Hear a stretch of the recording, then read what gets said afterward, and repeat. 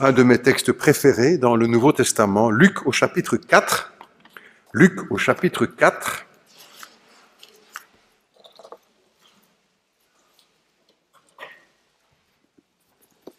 Luc chapitre 4, et nous lirons à partir du verset 16. Luc 4, verset 16.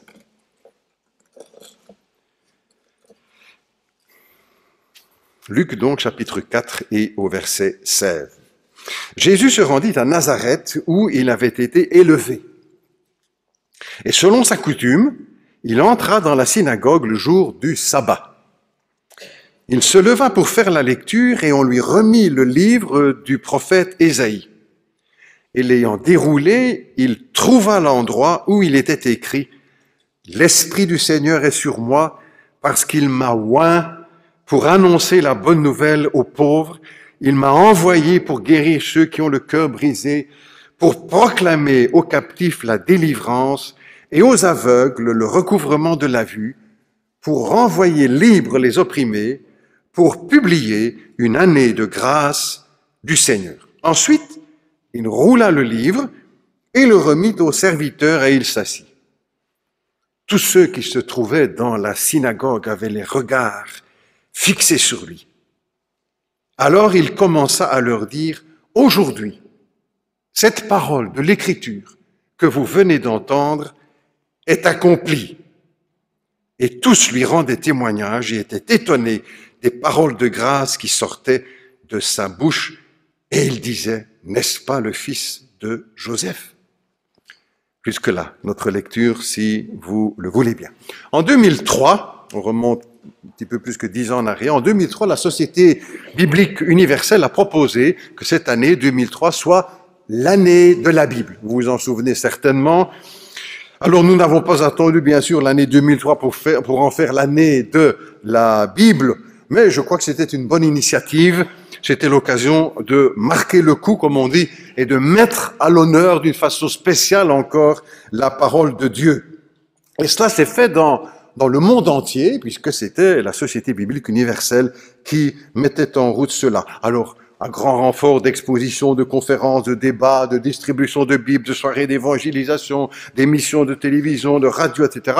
Bref, tout un arsenal de moyens pour remettre la Bible à l'honneur, ou la mettre à l'honneur, patrimoine de l'humanité.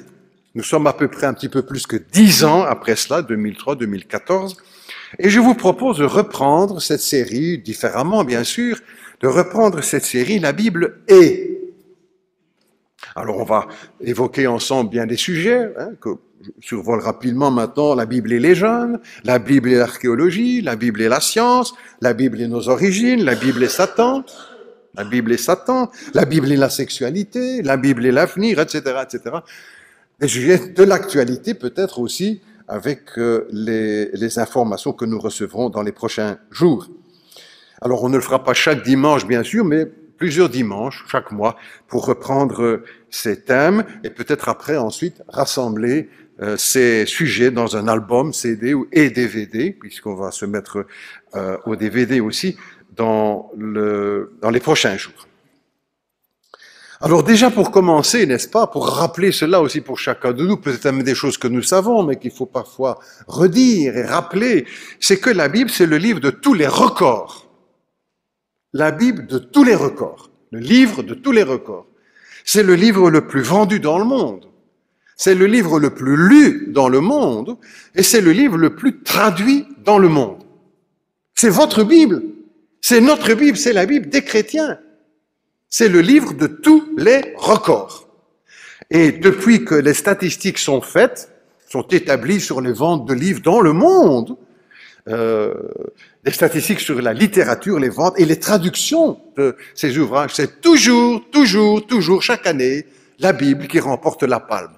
Numéro 1. Et numéro 1, bien avant les autres livres qui sont vendus dans le monde. Numéro 1 des numéros 1. Toujours. Probablement, ça n'existait pas encore à l'époque, mais probablement depuis l'invention de l'imprimerie par Gutenberg. D'ailleurs, le premier livre qu'il a imprimé, c'était la Bible. le livre de tous les records. Et à chaque volet de notre série, je vous le propose, je ferai quelques citations d'hommes ou de femmes célèbres au sujet de l'écriture. Aussi, sur cette question, à chaque fois, on pourrait passer presque la demi-heure de prédication, rien qu'en lisant ces citations. Tellement elles sont nombreuses. Pas seulement du temps passé, mais d'aujourd'hui, de maintenant, des hommes, des femmes célèbres qui font l'éloge de la parole de Dieu. Et pas toujours des chrétiens. Pas toujours des chrétiens pour dire, oui, les chrétiens, évidemment, c'est normal. Prêche pour leur chapelle, comme. Non, non. Je commence pour ce matin, l'acteur américain Denzel Washington, qui est un fils de pasteur, je l'ai appris tout récemment, le fils d'un pasteur. Et il dit ceci: j'ai commencé, il y a bien des années, à lire la Bible d'un bout à l'autre. Et je commence chaque nouvelle année en lisant l'Évangile, comme l'a suggéré notre pasteur, le sien. Pas mal. En France, un autre domaine, une autre approche, le Luc Ferry, philosophe athée et ancien ministre de l'enseignement en France, qui a dit des choses étonnantes en tant qu'athée, philosophe, républicain, et qui dit ceci: l'influence de la Bible est infiniment plus grande qu'on ne l'imagine. Pas seulement parce qu'il y a encore 2 milliards, aujourd'hui 2,5 milliards de chrétiens dans le monde, mais surtout parce que toute une partie de notre culture y est attachée, la Bible. Sans même que nous en prenions conscience, il est impossible de visiter un musée, de lire un ouvrage d'histoire, ou plus simplement encore de comprendre notre calendrier sans considérer la Bible. Il ajoute encore que pour lui, la parabole des talents, ce maître qui offre des talents à différents de ses serviteurs, la parabole des talents est pour lui un monument. Et je cite, il dit ceci: d'apparence anodine, comme toutes les paraboles, n'est-ce pas d'ailleurs? Ça semble de petites histoires pour les enfants de l'école du dimanche. Oh, il y a plus que cela. D'apparence anodine, je cite, elle représente en réalité une véritable révolution morale qui fonde l'humanisme moderne. Cette parabole signifie que la valeur d'un être ne dépend pas des dons naturels qu'il a reçus, mais de ce qu'il en fait. Même pour un non-croyant, cette religion vaut le détour. Bravo, monsieur le ministre. Il faudrait qu'il y ait parmi nous aussi dans notre pays quelques ministres qui puissent parler comme cela, n'est-ce pas? On n'entend pas ça souvent, hein? Je continue, il signale encore dans le même interview que selon le cliché habituel, s'il devait se trouver sur une île déserte, s'il devait choisir un livre, quel livre choisirait-il? L'Évangile selon Jean. C'est lui qui le déclare. Pas des livres de philosophie. L'Évangile selon Jean. Oh, bravo, monsieur le ministre. Il continue encore, je cite toujours, je connais les Évangiles, ils m'ont passionné plus que tout autre texte philosophique au monde. On ne va pas se mettre à applaudir, mais on pourrait, n'est-ce pas? Oh là là, philosophe athée, ancien ministre de l'enseignement en France. Il ne ressemble pas à celui qui est maintenant, n'est-ce pas? Dimanche de la Bible, année de la Bible. En fait, pour nous, c'est presque une habitude, parce que chaque année est l'année de la Bible. Dans notre Église, pas seulement dans la nôtre, n'est-ce pas? Mais enfin, on parle ici. C'est chaque année l'année de la Bible. Vous savez que toute la vie de l'Église est construite sur la Bible. Tous ces aspects. Et pour nous, chaque année aussi est l'année de la Bible. Chaque dimanche est le dimanche de la Bible. C'est la seule autorité de foi, de morale, de conduite sur laquelle nous nous appuyons. Nous n'irons jamais chercher un livre de Luther pour dire, vous savez, Luther a dit comme ça, c'est comme ça qu'il faut avancer. Ah non, c'est pas Luther qui fait la règle. C'est la parole de Dieu. Même si Luther a dit des bonnes choses sur la parole. C'est pas à un homme que nous faisons référence, c'est à l'Écriture, à la parole de Dieu. Chaque prédication est une prédication de la Bible, de la parole de Dieu. Chaque cantique, n'est-ce pas? Même si ce ne sont pas toujours les mots de la Bible, c'est la Bible qui est mise en musique, hein, tous nos cantiques. Chaque effort d'évangélisation, la distribution des Bibles, les fêtes de l'Évangile ou d'autres, des travaux parmi les enfants, parmi l'école du dimanche, avec les ados, etc., c'est toujours fondé sur la parole de Dieu, parce que nous croyons que la Bible est la parole de Dieu et que ce que la Bible dit, c'est Dieu qui le dit. Et que si Dieu devait être là aujourd'hui pour parler aux Belges ou au monde, voilà ce qu'il dirait. Si Jésus devait venir, voilà ce qu'il dirait. C'est la parole de Dieu. Et bon, pour ce dimanche, peut-être un des plus beaux sujets, Jésus et la Bible. Comment Jésus a-t-il compris les Écritures? Comment Jésus s'est-il comporté vis-à-vis des Écritures? Qu'est-ce que Jésus a dit au sujet des Écritures? On connaît quelques phrases très célèbres, hein? Jean 17, 17, ta parole est la vérité. Wow, ça c'est du béton. Pour nous aussi, ta parole est la vérité. Je sais que quand je lis, je sais que c'est vrai. Quand je lis le journal, ou Albert Camus, ou Sartre, ou... là, on met des points d'interrogation. Pas pour la parole. C'est ta parole qui est la vérité. Mais à côté de ça, quelle place la Bible a-t-elle tenue dans la vie de Jésus-Christ? Parce que son point de vue en tant que fils de Dieu, évidemment, doit influencer et concerner notre manière de voir la Bible. Tout le monde ne fait pas comme ça, vous savez. Même dans les milieux protestants. Tout le monde ne suit pas l'exemple du Christ et la manière dont il a tenu les Écritures. Alors sans vouloir dire du mal de personne, mais ça veut dire que ça doit nous faire réfléchir aussi les uns et les autres, et de toujours bien vérifier, comme le Seigneur l'a fait, si c'est bien les Écritures. La théologie, on va dire comme ça, de notre Seigneur Jésus-Christ est d'un sujet de première importance, et entre autres au sujet des Écritures. Comment a-t-il considéré ces textes? Alors on ne va pas épuiser le sujet ce matin, on pourrait rester presque toute l'année là-dessus, parce qu'il est nourri par les textes bibliques, bien sûr, mais le survoler avec des lignes directrices qui peuvent nous aider à poser les réponses à cette question. Alors la première chose, dès le début, c'est ça que nous avons lu dans l'Évangile selon Matthieu, Sermon sur la montagne. Jésus commence son ministère, il s'est fait baptiser, il est sur la montagne, il prêche, c'est le premier grand discours. Jésus a déjà prêché avant, il prêchait la repentance en appelant ses disciples. Convertissez-vous et croyez à la bonne nouvelle. Ça, c'était les premières prédications. Mais le grand discours inaugural, Sermon sur la montagne.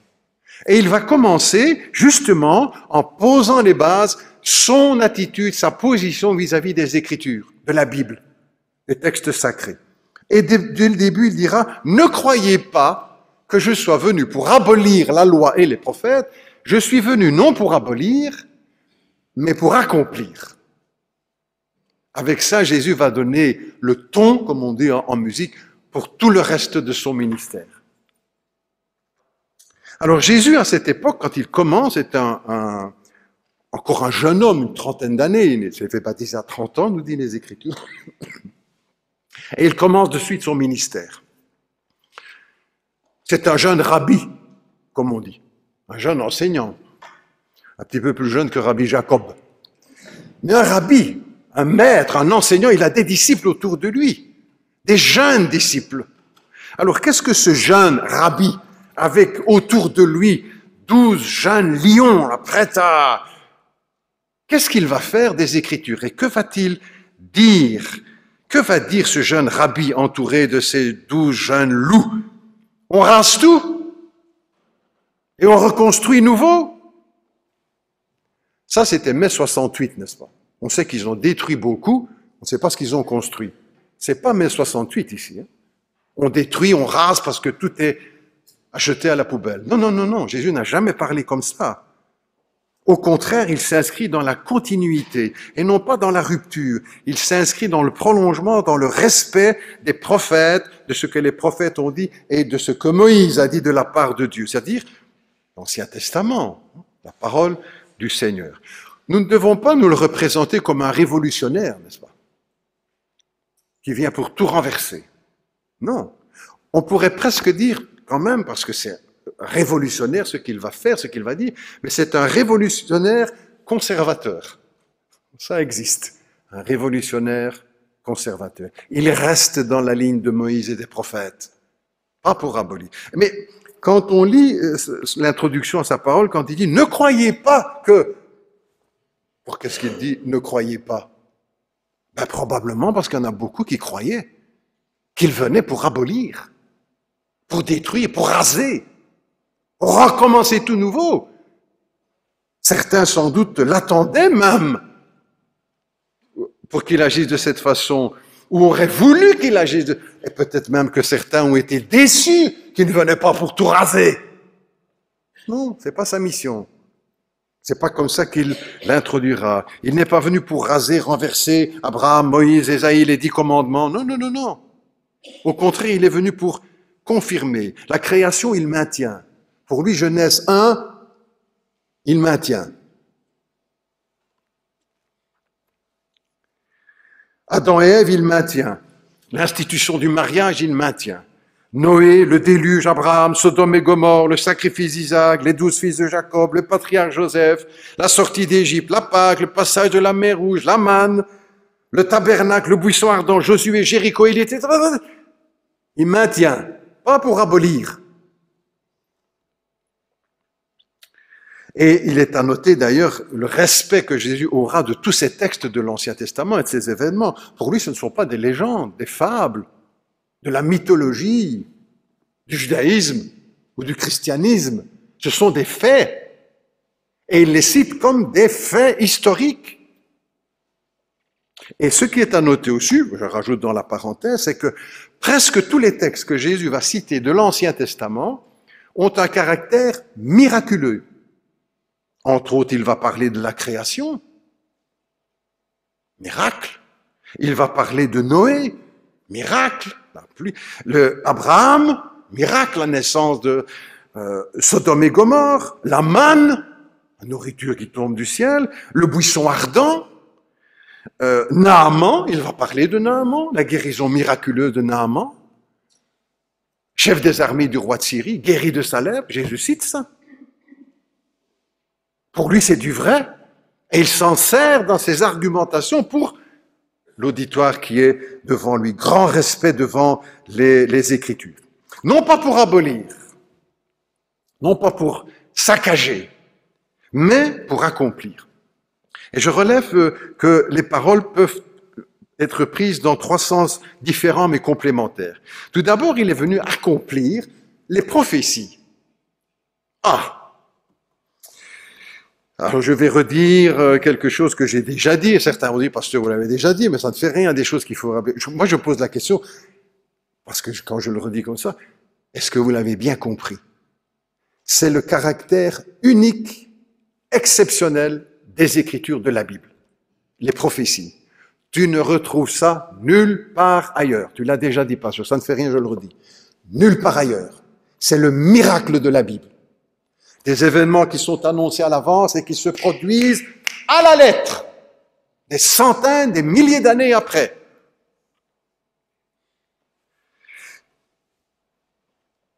Dans l'histoire des religions, j'aime pas le mot religion, vous savez bien, mais parfois il faut l'employer. Dans l'histoire des religions du monde, on fait beaucoup ça dans les écoles aujourd'hui, on aime beaucoup. C'est mis dans le programme des cours de religion dans les écoles. Il faut apprendre les religions, même au cours de religion protestante, il faut apprendre les autres religions. Il paraît que ça forme. Mais on dit, voilà, c'est toutes pareilles, elles sont toutes égales. Ça, c'est beaucoup plus dangereux.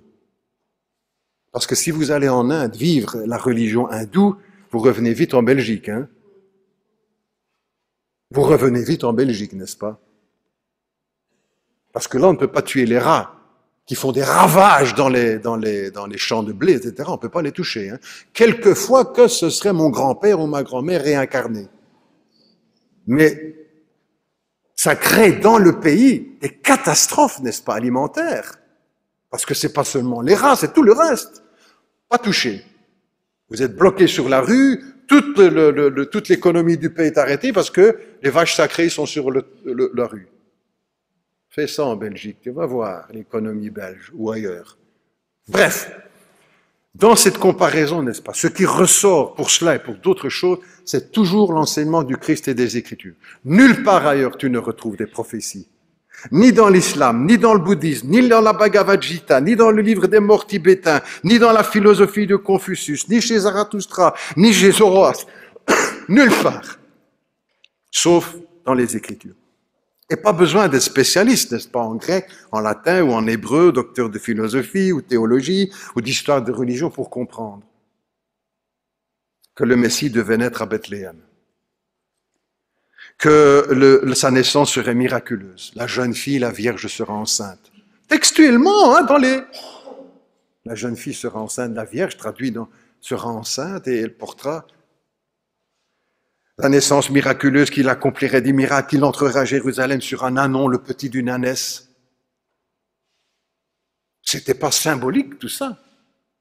Il entrera, qu'il serait trahi pour 30 pièces d'argent, qu'il serait frappé, que les brebis seraient dispersées, les disciples, qu'il subirait les insultes, les coups, qu'il serait rejeté, qu'il serait mis au nombre des malfaiteurs, que des pieds et les mains seraient percés. Les paroles qu'il allait prononcer sur la croix, le tombeau qui est mis avec les riches, sa résurrection des morts, la parole qui va se répandre dans le monde entier et une communauté, une église qui va se former après sa résurrection. Vous lisez, vous comprenez. Et c'est vrai pour les Belges, pour les Russes, pour les Américains, pour les Congolais, pour les Australiens, pour tout le monde. Et compréhensible aussi pour les gens du 1er siècle et du 21e siècle. Ça, c'est la parole de Dieu, n'est-ce pas? Le récit de la Genèse, tu peux le lire ici, tu peux le lire il y a 20 ans, il y a 100 ans, il y a 1000 ans, tu peux toujours le lire. C'est la parole de Dieu, elle est unique. C'est le livre de tous les records. Il faut ajouter aussi, parce qu'on pourrait dire, bon, ça a l'air tout simple, il n'y a qu'à lire. Oui, il faut dire aussi, n'est-ce pas, qu'il y a de nombreux hommes de science, chercheurs, savants, chrétiens et non chrétiens, qui étudient ces textes prophétiques pendant toute leur vie, vous savez.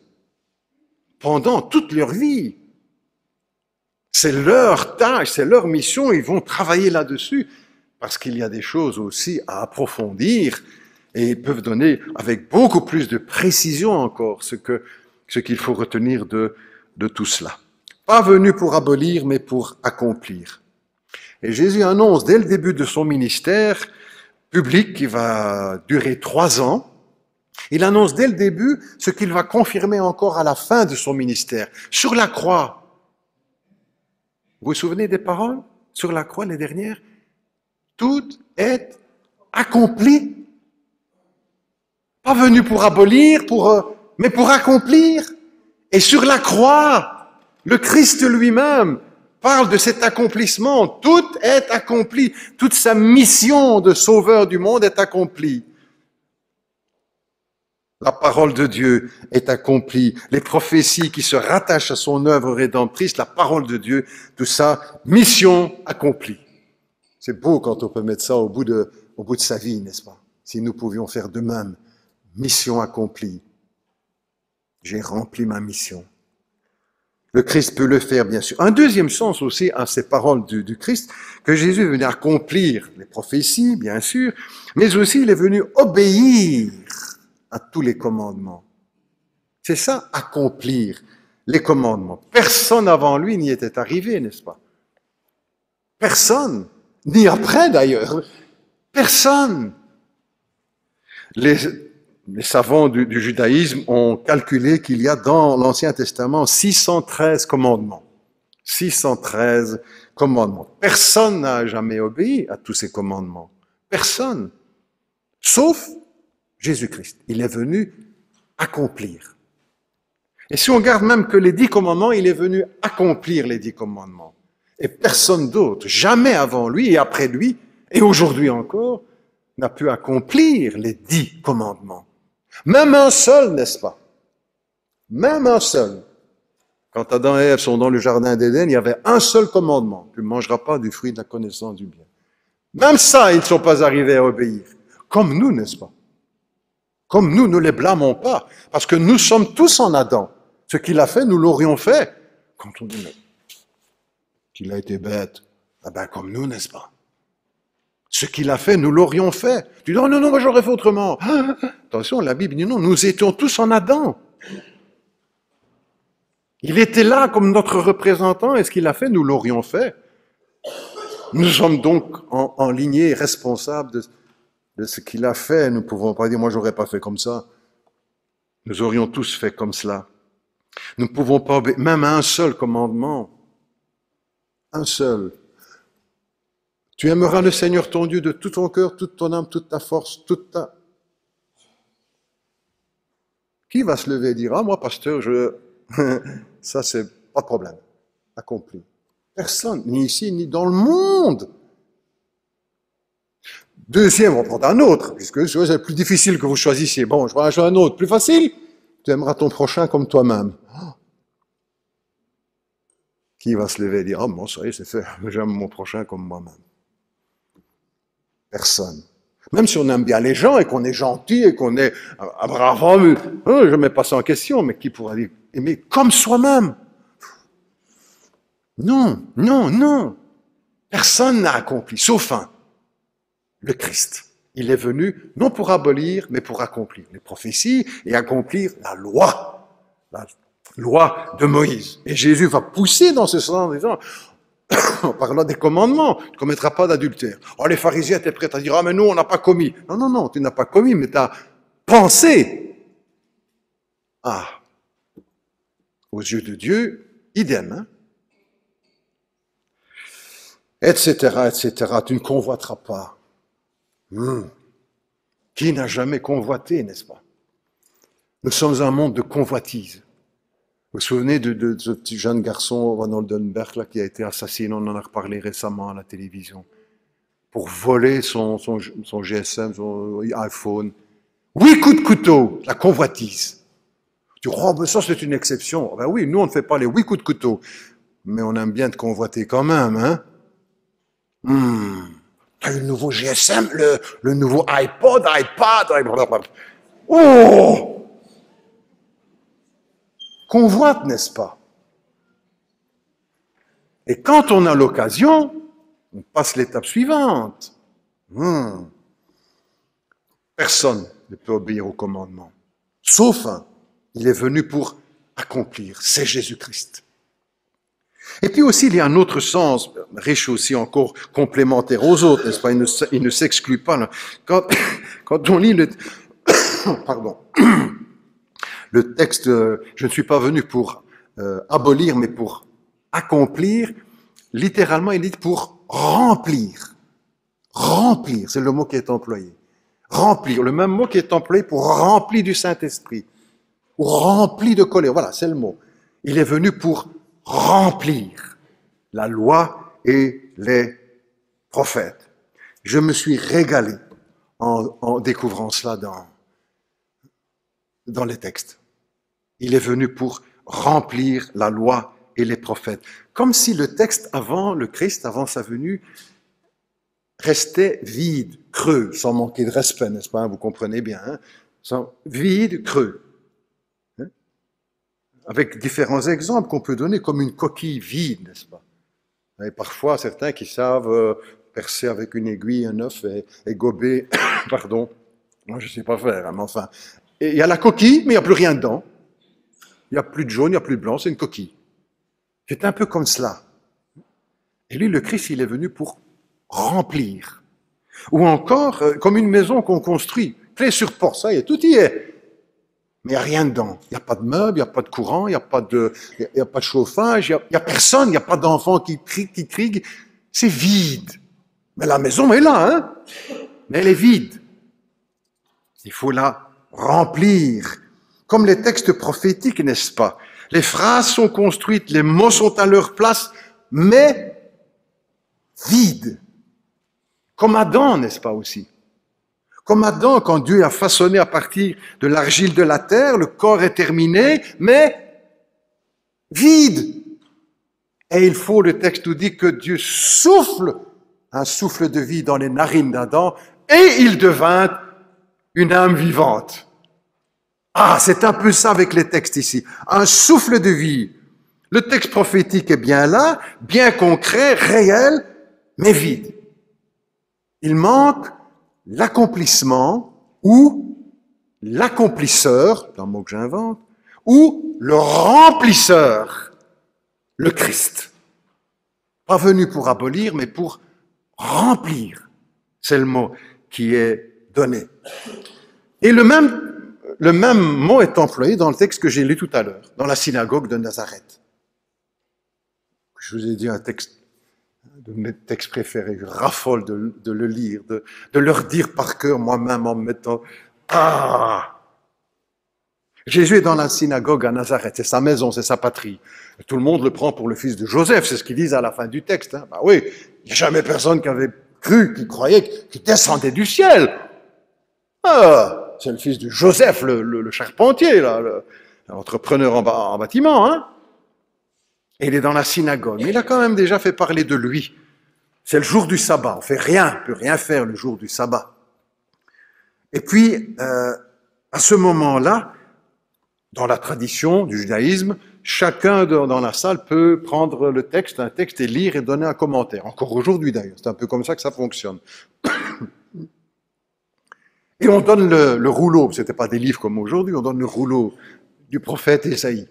C'est une bombe prophétique, le prophète Ésaïe. C'est rempli de prophéties.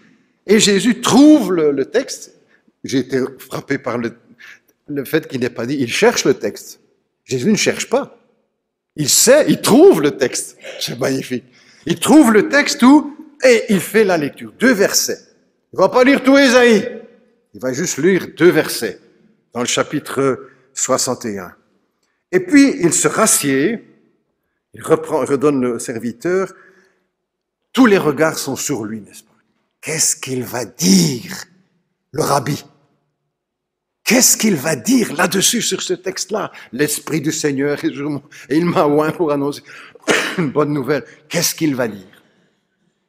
Quelle explication va-t-il donner? Il ne va pas l'expliquer. Il va le remplir en disant aujourd'hui, cette parole de l'Écriture que vous avez entendue est remplie. C'est le mot qu'il emploie. Ça y est! Ce grand texte prophétique messianique de Isaïe, le Messie va venir, il sera oint. Le mot oint, ça veut dire Messie. Hein. Aujourd'hui, cette parole est remplie. Parce que le Messie, le Fils de Dieu, est là. Aujourd'hui, c'est comme cet événement, n'est-ce pas? On peut prendre l'exemple d'un gant. On prend tous des gants en hiver en général, surtout ceux qui ont fait de froid aux mains. Le gant, quand il est sans vie, n'est-ce pas? Je n'ai pas pensé un, mais je dis, je vais pas. Il est sans vie. Il y a des doigts, en tout cas pour des endroits pour mettre les doigts, mais il est sans vie. Mais une fois que la main se glisse dedans, alors le gant vit. Il est rempli. Et c'est un peu ça aussi le texte des prophéties. Ce sont comme des gants qui sont déposés là, hein, plusieurs prophéties, et puis à un moment donné, Dieu glisse sa main dans la prophétie et elle vit. Je ne suis pas venu pour abolir, dit Jésus, mais pour remplir. Remplir la parole, les 10 commandements qui restaient, remplir les Écritures, remplir les prophéties pour qu'elles vivent. C'est comme s'il mettait le cachet, comme on disait avant, le cachet de la poste faisant foi. Cachet, accompli, accompli, accompli, rempli. La mission est remplie. Mais à son tour, Jésus fait aussi d'autres prophéties, mais il donne un autre point de vue sur les Écritures que nous retenons pour terminer notre prédication ce matin. Jésus a dit que le ciel et la terre passeront, mais mes paroles ne disparaîtront pas. Il ne disparaîtra pas de la loi un seul iota ou un seul trait de lettre. Si vous regardez parfois des textes en hébreu sur des émissions de judaïsme ou bien un livre, voilà. Il y a toujours des petits accents, comme dans notre langue aussi, les points, les virgules, etc. C'est ça dont Jésus parle ici. Et qu'est-ce qu'il dit à ce sujet-là? Qu'il ne disparaîtra pas un seul de ces petits accents dans la loi et les prophètes. Ça veut dire que Jésus nous enseigne quoi là-dedans? Au sujet des Écritures, ou sa conception des Écritures, que le texte est inspiré complètement. C'est pas seulement Dieu qui a donné des grandes idées à Ésaïe, pour que... Ça va, j'ai à boire ici. C'est pas que l'Esprit va inspirer seulement les grandes lignes du texte, les détails, les accents. C'est ce que Jésus dira. En fait, ce qu'il explique, c'est qu'il a, comme nous aujourd'hui en tant qu'évangéliques, il croit à l'inspiration verbale des Écritures. C'est-à-dire que ce n'est pas l'idée générale que Dieu a inspirée, mais les mots et les phrases qui ont été donnés par les prophètes. De sorte que ce que nous devons comprendre et interpréter, ce sont les mots et les phrases, et pas seulement l'idée générale, le symbole. Non! Jésus avait cette conviction, l'apôtre Paul aussi plus loin dans d'autres textes, que ce sont les mots qui sont inspirés par Dieu. Dans l'original, en tout cas. N'ayons pas peur de nos traductions, n'est-ce pas? Elles sont fidèles au texte original. Quand le texte dit blanc, on traduit blanc, hein. C'est pas traduire noir. Donc, devant les Écritures, Jésus va nous ramener vers ce que nous croyons, les évangéliques, à l'inspiration des Écritures, l'inspiration verbale, les mots, les phrases.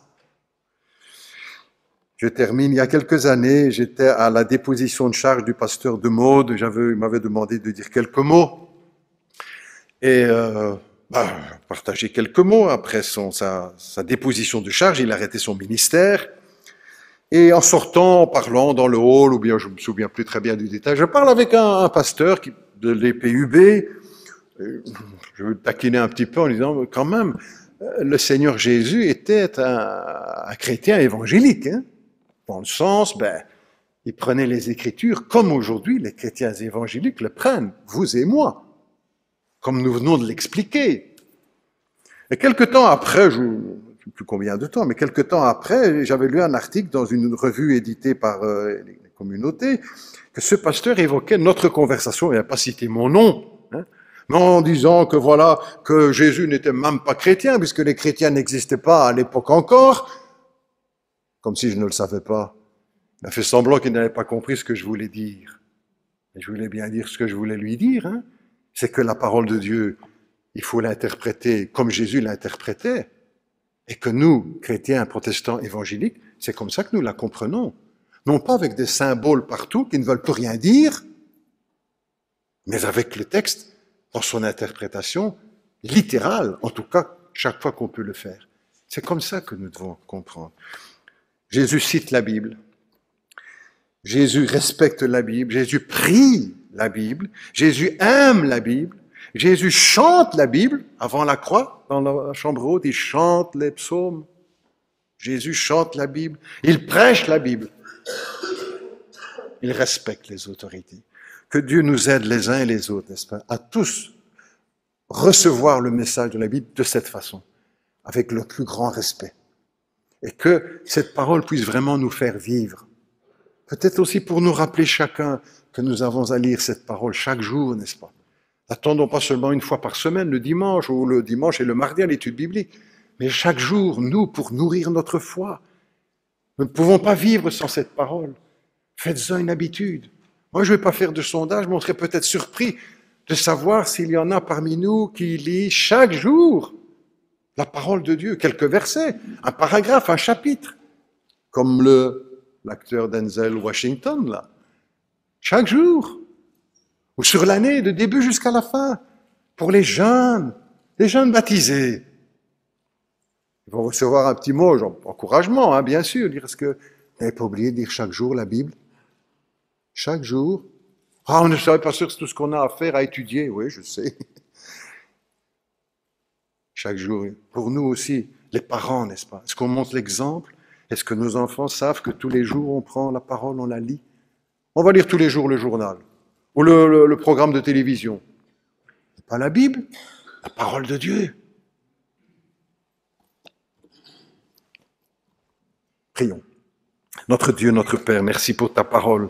Merci pour notre Seigneur Jésus-Christ. Merci pour les encouragements. Merci parce qu'elle nous guide, parce qu'elle est une lumière sur notre route, une lumière, une lampe sur notre chemin.